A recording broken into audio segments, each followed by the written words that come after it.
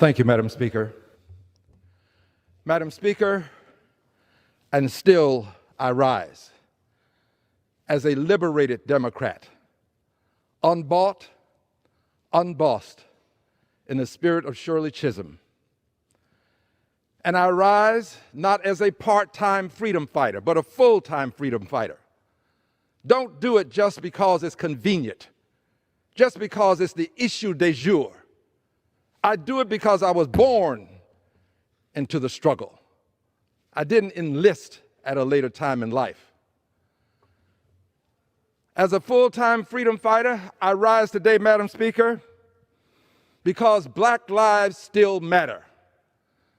And they matter, Madam Speaker, wherever they happen to be. They matter not because they happen to be in the United States.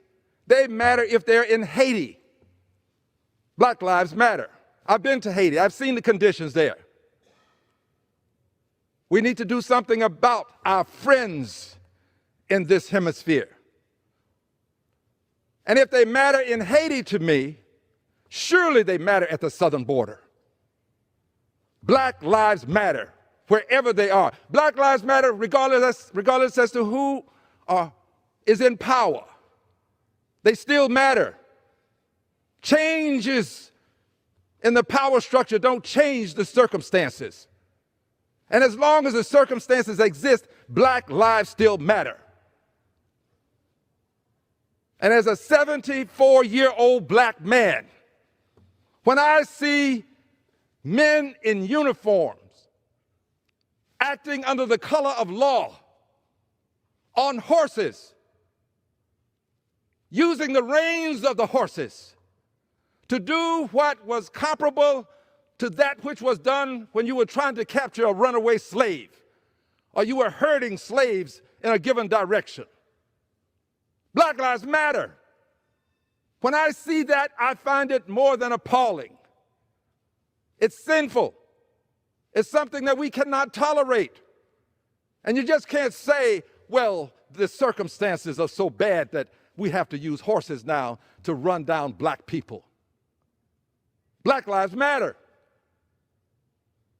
That kind of behavior is intolerable. And when I see it, I'm going to speak up and speak out. So here's what I'm going to do about it. I'm not just going to say Black Lives Matter. I want justice for the Haitians. I remember when we had a policy to help the Cubans come into this country. By the way, I never opposed it. But the policy was wet foot, dry foot. You get 1 foot on dry land, your other foot can be in the Gulf of Mexico, and you had the right to take that other foot out of water, go on into Miami, and start a life in this country, and eventually become a citizen. I never opposed that policy. We didn't have a similar policy for the Haitians. And I remember when Castro opened up the jails and let the criminals come down to Florida. We didn't send them back. Black Lives Matter. It's not just a slogan for me.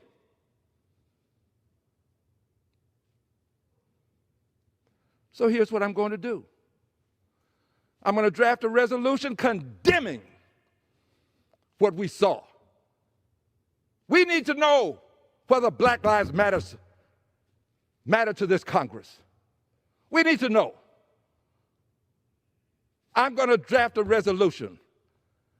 And for those who don't understand the rules, these kinds of resolutions are not privileged.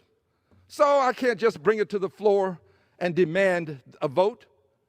So I'm going to ask that it be allowed to come to the floor because Black Lives Matter. And we need to vote. We need to know where people stand on the great issues of our time. This is an issue of all time. It's not just today. We need to know where people stand. We need to vote. There are a lot of things that we need to vote on. We need to know where people stand when it comes to black lives, and all lives, I might add, but this is the Haitian issue that we're dealing with now. I have fought for the other persons who come to the border. I spoke up when little girls were being ripped away from their mother's arms. So I'm not new to this fight. And I want to assure you that I'm going to bring the resolution to my colleagues, and we will find out whether Black Lives Matter to this Congress. I thank you for the time, Madam Speaker, and I yield back.